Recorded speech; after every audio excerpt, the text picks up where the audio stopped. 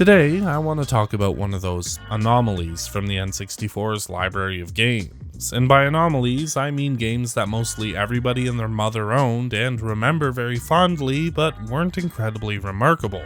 Games like Forsaken, Body Harvest, or even Army Men Sarge's Heroes might fall into this category. And when I say unremarkable, it's not as a slight against any of these games, they're great. It's just that when you think of the N64, you usually think of games like Ocarina of Time, Majora's Mask, GoldenEye, Smash Bros, Mario 64, Mario Kart, or Diddy Kong Racing, and the list goes on. Some of the most important and remarkable games ever made. But today, we're talking about Blast Corps, or Blast Corps as I used to call it as a kid.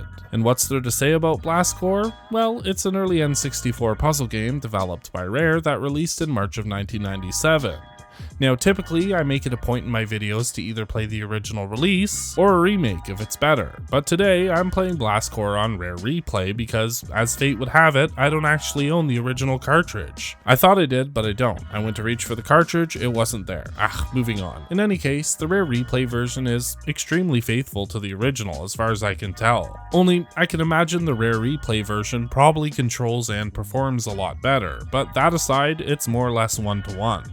And I'll say this right off the bat, one thing I was very surprised by when researching for this video is just how well this game was received. I mean, it's a good game, so I fully expected it to garner 60s and 70s, maybe 80s, but no, it got solid 80s and 90s. Critics ate this game up.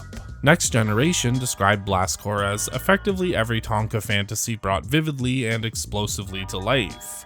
For you younger viewers, Tonka trucks are toy dump trucks and shit, they were the best, Google it. GameSpot wrote, basically what you have here is a game with great graphics, great sound, and a great premise, but what's even more impressive is that the game doesn't really have any substantial flaws to speak of, unless you want to count the lack of a two-player mode, which isn't really fair.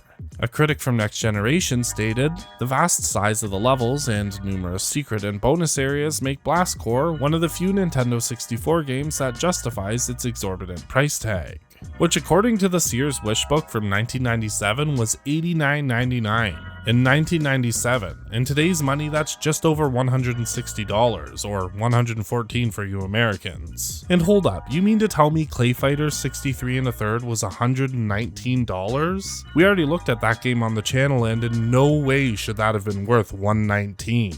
The crazy thing is, I do not remember games being this expensive for the N64. I remember seeing $49.99s and $59.99s all over the place and thinking that was wildly expensive. All of a sudden, those digital deluxe editions don't look so bad. Well, with all that said, let's get right into it and see what $160 gets ya. Does anyone remember Blast Corps?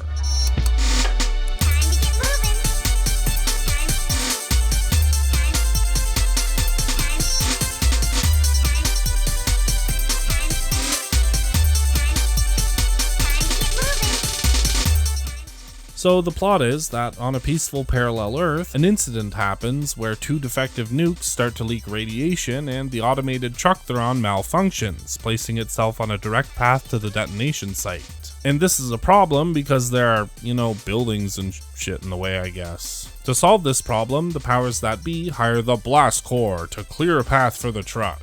A few concerns here, if I may, in the back. First, if something is actively leaking radiation, is driving it through residential and commercial areas and by bodies of water really the best idea? I know we're going to destroy these areas and rebuild, but let's think long term here. You'd think containing the radiation would be priority number one, or maybe this Earth just hasn't experienced anything like 3 Mile Island or Chernobyl. Maybe they don't know the harmful effects of radiation exposure. Well, wait, that can't be true because these glowing things that are all over the place are actually used for radiation dispersal. But still, why go through all the trouble, wasting taxpayer money to build and scatter these things all over the country when there are way easier solutions, not to mention all the time dedicated to R&D just to make sure these things work as expected, then placing them all around the path the truck is going to take? Oh, and let's not forget about paying the Blast Corps, they're probably not cheap. Then there's all the construction crews to rebuild, plumbers, electricians, framers, lumber's expensive. I don't know about you guys, but shit. This all seems seems like a gross mismanagement of federal funds. Can't afford to finance a new hospital or something, but can surely spend millions ensuring this fluorescent red dildo gets where it's going. My second issue is that why would you not lead line the truck and have a human drive it? Not only would this be way safer, but it could also help avoid, malfunctions? Furthermore, I guess an emergency shutdown button is just asking way too much. Whoever's in charge of this entire operation is a boob. I'm just saying. I can't help but feel like there must have been at least one better solution between leaving the leaking nukes on site, away from residential areas for safe disposal, and ratchet strapping them to trucks that don't fucking turn and driving them across the country. It's like they asked the janitor, who has no background in nuclear disposal, what they should do and then just went with it. These poor people too, having their homes destroyed so the world's largest rectal suppository can pass. You know what? I doubt they were even asked to vacate. No, as a matter of fact, I know they weren't asked to vacate because in the game there's a bonus objective to destroy every building on the map to liberate survivors, so they weren't told at all. I can only imagine what it was like. Oh man, what a perfect day to end an amazing week. I got that promotion despite Jerry vetoing me. Fuck you, Jerry. Try ordering me around now. With this promotion, I can finally move out of this shithole. Maybe get a new car too. And Cynthia in accounting asked me out today. Speaking of which, I gotta get ready for our date. Gonna be late. Don't want that to happen. But man, I've been crushing life lately. Absolutely nothing could go wrong to ruin this perfect day. You know what? It's almost not even worth thinking about. And I just want to reiterate, the story being kinda dumb doesn't mean the game itself is bad. Furthermore, Blast Corps is an arcade game at its core, so the plot doesn't really matter anyway. For most of Blast Corps' levels, the puzzle aspect is less about the structures and the nuke's way, and more about how to utilize the vehicles available to you in order to clear said structures in the most efficient way possible. And as such, the challenge lies solely in which vehicle the game ropes you into using, and while we're here, we may as well go over them. There are quite a few of them, so to make things easier, I'll separate the vehicles into two categories, Fun as Hell and Absolute Garbage. On the Fun as Hell pile, you've got the Ramdozer, which straight up just bulldozes. You got the Ballista, a futuristic bike straight out of Extreme G that shoots missiles. Skyfall, a buggy which boosts off ramps and slams down on obstacles from above. Sideswipe, which has these paddles on either side that shoot out. And the three robot mechs, Thunderfist, who rolls around and uppercuts, J-Bomb, who flies up high and then ground pounds, and the Cyclone Suit, which cartwheels around. And on the Absolute Garbage pile is Backlash. Yep, just Backlash. In theory, a drifting dump truck seems like it would be cool and fun to use. However, in reality, it's just a frustrating mess. The drift doesn't always seem to work, and it's inconsistent with its damage output. Sometimes I effortlessly Tokyo drift my ass through several buildings, other times I just butt up against them. Maybe I'm just not getting it. I take a turn wide, doesn't work, take a turn sharp, doesn't work, start my drift early, I miss the building, start late, nothing happens. Man, what a horrible experience. I could barely even beat the tutorial level for this shitbox. It no joke took me 4 tries, and wouldn't you know it, Backlash is also the reason I physically could not beat this game, but more on that in a minute. And I know some of you are gonna comment stuff like get good or skill issue, and my response would be, you may be right, but it's still a terribly designed vehicle no matter which way you look at it. Along with the main vehicles, you can also drive 4 different cars, a train, a crane, and a boat. None of which help you destroy buildings, but they do serve other purposes like building makeshift bridges, moving vehicles to otherwise inaccessible areas, or simply acting as a quick mode of transportation. The Echo Marshes level is a perfect example of this. Along with your standard objective of clearing buildings, you also have to drive a train into position so the nukes can cross the tracks. Then you gotta grab the Starsky Mobile and drive back to your mech. After that, you have to do the same thing with a barge in order to bridge a river.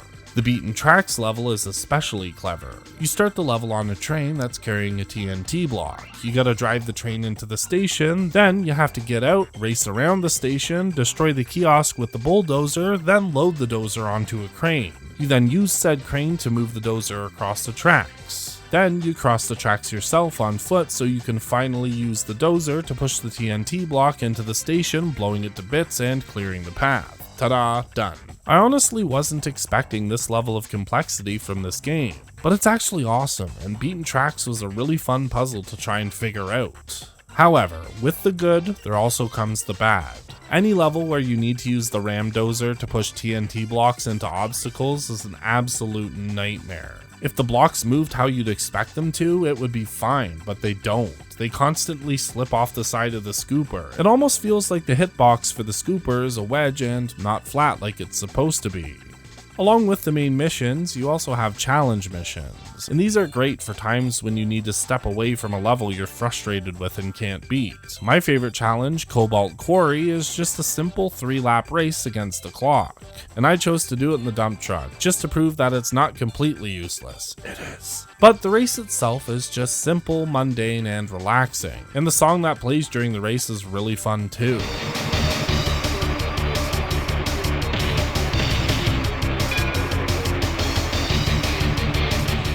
A lot of the other challenges task you with simply destroying X amount of boxes, shipping containers, or buildings on a level, within the specified time limit, of course. Yeah, it's mindless, but again, these challenges serve as a nice break or palate cleanser from whatever level you're stuck on, so they serve their purpose well. Now, as you may or may not know, I love when a game has a great soundtrack, and Blast Corps is definitely one of those games. The theme that plays on the map screen for one is an absolute banger. It's the first thing that pops into my head whenever I hear the name Blast Corps, every time without fail, no matter what.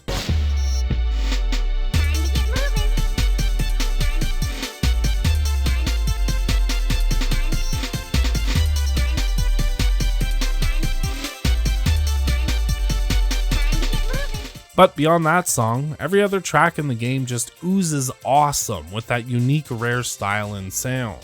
When I started recording footage for this video, I found myself very surprised at just how much variety there was in the soundtrack. Songs range from intense action pieces to saloon songs to silly bluegrass and country ditties. It's wild, and they're all really good tracks too. I mean, again, what do you expect? It's rare. During the 5th console generation, they just kept pumping out great games with even greater soundtracks.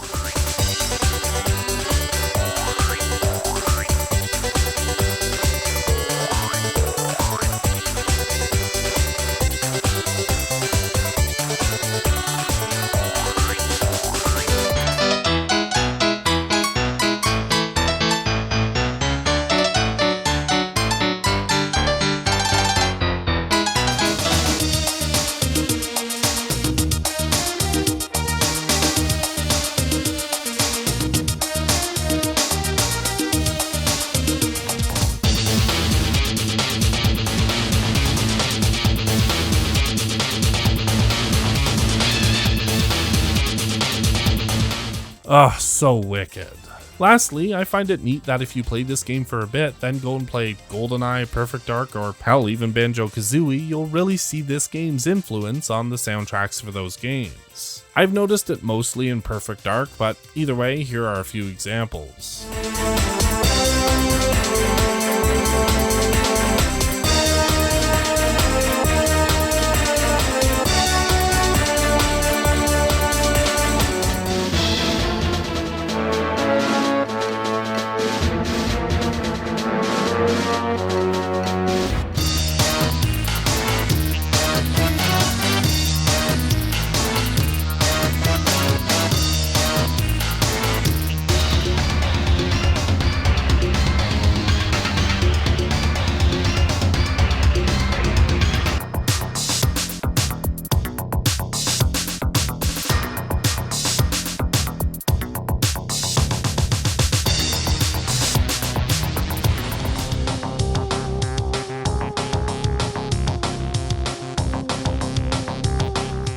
See what I mean? Awesome, right? Maybe someday I'll do a deeper dive into the music of these beloved games. After all, I really like a soundtrack, but let me know down in the comments if that's something that interests you. For now though, back to Blast Corps. I've been stuck on Outland Farm forever. The whole time we were talking about trains, challenge levels, and music, I've been repeatedly beating my head against a wall trying to beat this shit. and I just can't beat this level. It's this stupid dump truck. This thing is useless. And the game is just taunting me by making me drive around in this ditch every single time I have to restart, only to accidentally clip the nuke truck and have to do it all over again. You know, I looked up tips for beating this level, and the top 3 results were videos explaining how to glitch and cheat in order to cheese it. But I'm not about to do all that, spend time learning the game's physics and how to phase a solid dump truck through a steel train bridge. No way. But I'm also not wasting any more time attempting to beat this fucking level, so you know what? Fuck it, I give up. Apparently Mama did raise a bitch, and I really tried for you guys too. I no joke spent about 45 minutes on this shit biscuit alone. Keep in mind, each attempt was less than 2 minutes long. The worst part, and I mentioned this above, is that I can't even progress any further in the game without beating this atrocity of a level. And there were some levels in the hard track that I really wanted to touch on too, but nope, not happening. Fuck you, Outland Farm. Prepare to be ground zero, all because this asshole in lime green suspenders didn't bother learning how to properly drift a dump truck, as if that's actually a thing.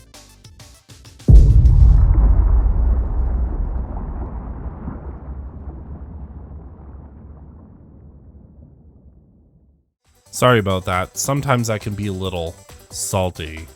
Oh, I'm sorry, that was bad. But even though I couldn't beat it, Blast Corps is still an all-time classic, great game which really delivers on one thing, that good old-fashioned, mindless fun. And even though it's a relatively primitive game, even by Nintendo 64 standards, I think simplicity is what makes it shine so bright. Earlier, I said Blast Corps wasn't all that remarkable, and I take that back, because it's games like this that helped make the N64 such an amazing console. Sure, the greats will always be the greats, but once you fell Ganon, collect that 120th star, or push Trevelyan to his death on 00 Agent, you were gonna need some games to fill that void until the next big thing came along. That is where games like Blast Corps come in. And just the fact that my only real gripes with this game were with the narrative, which wasn't that serious, and the terribly designed sideswipe, which was, I think that speaks volumes about just how well crafted this game is. And in the end, one thing's for sure, I'll never forget Blast Corps. But what about all of you? Do you remember Blast Corps? Is this one of your N64 essentials, or did you miss out on it entirely? Let me know down in the comments. I really enjoy reading everyone's personal recollection of these games. That's exactly why I make these videos. But as for me, I'm out. I gotta somehow find a size-accurate bust of Alexander the Great's junk to send to my overly religious mother-in-law for her birthday. Wish me luck. And thanks for watching. Have yourself a wonderful day.